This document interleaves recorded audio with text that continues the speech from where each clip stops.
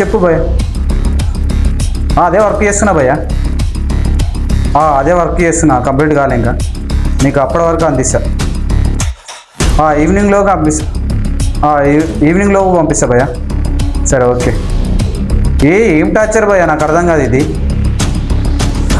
ఎన్నిసార్లు చెప్తారు? అది చేస్తూనే ఉన్నా, టార్చర్ చేస్తూనే ఉన్నా, నాకు అర్థం కాదు ఇది. చెప్పి నా నెత్తి ఖరాబ్ అవుతుంది.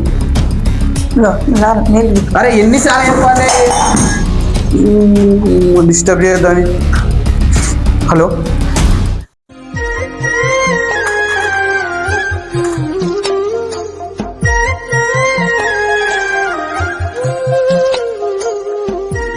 నీకు సాయంత్రం లోపు ఖచ్చితంగా వస్తుంది నీకు. ఓకే ఓకే, ఖచ్చితంగా అందిస్తాను నేను.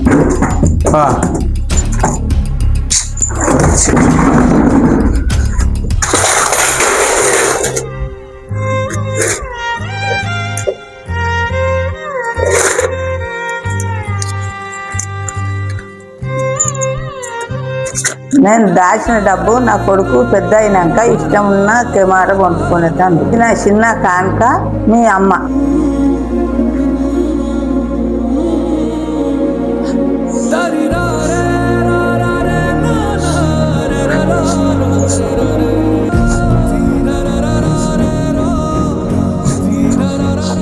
సారీ అమ్మ, డబ్బు సంపాదనలో పడి నీ ప్రేమను మర్చిపోయాను, నన్ను క్షమించు.